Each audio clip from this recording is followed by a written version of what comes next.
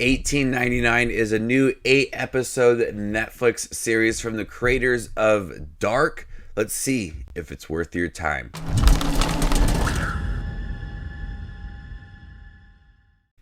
Hey everybody, my name is Justin. Here I try to watch everything that hits theaters and on streaming services just like Netflix. If you guys are like me, make sure to hit the subscribe button down below for more up-and-coming content. Immigrants on a steamship traveling from London to New York get caught up in a mysterious riddle after finding a second vessel adrift on the open sea. So like I said, this is from the creators of Dark, which is regarded as one of the best Netflix shows. I have not seen that series, but if it is as confusing and entertaining and thrilling as 1899, I need to check that show out. 1899 was a creative, suspenseful, just mysterious show that I was so invested in. We have this ship traveling from London to New York, and there's so many different characters on this ship. They get word of another ship, the Prometheus, that was said to be lost 4 months prior. And they find that ship, and on that ship, they find one young boy. And that young boy is not telling them what's happening, but a lot of things are happening on the ship. Not the Prometheus, the ship from London to New York, and there's so much mystery surrounding this young boy and the Prometheus that went missing 4 months ago. Where was everybody else on the ship? Why is the boy the only human left? He's holding this little pyramid, and there's so much that happens with it. It reminds me of the series Lost, not in terms of its story or its characters, but with how much it tries to tackle on from the beginning and how it establishes story to the very last scene of this series.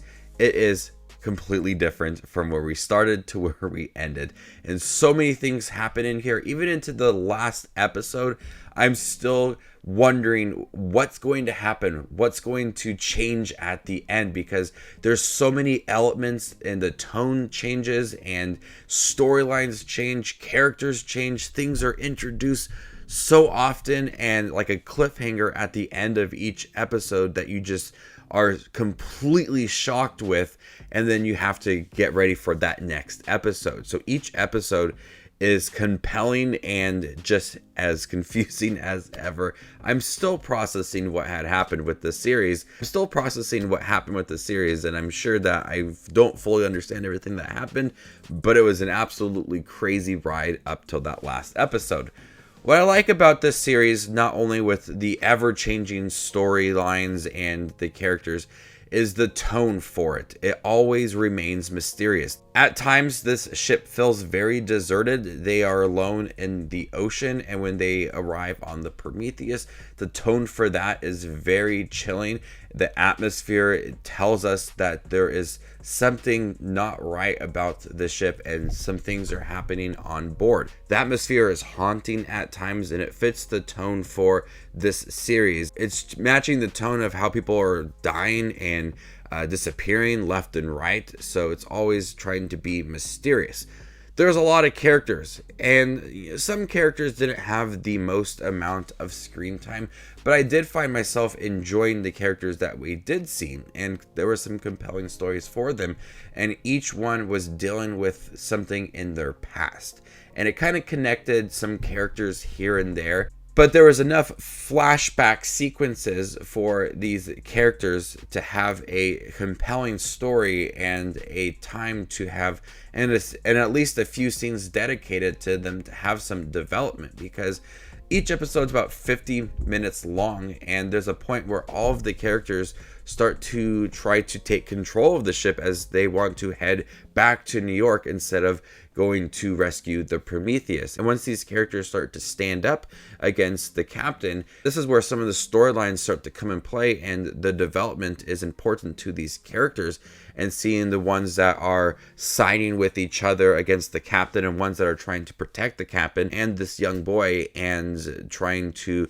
figure out everything about this ship, because there's new compartments, new elements to this ship that are changing, and seeing how these characters react to it seeing how their flashbacks play an important role within that. I like that on the ship, all of the characters spoke their own language. There was a diverse cast of characters, and sometimes it was in English, sometimes it was in German. It just bounced around, and that painted a realistic story for this ship from London to New York. I also love the set designs for the ship, the costume designs that all matched the era that it was supposed to be set in. And then we had those flashbacks. Those flashbacks had a lot of development as well, and a lot of set designs and costume designs, and they did a lot with those as well. A lot of detail given to those flashbacks and how they were important to the characters on the ship. But every single episode at the end just teased something big for the next episode, and I was still trying to guess what was happening at the end. Even the last scene of the last episode, I was still trying to figure out everything that was happening.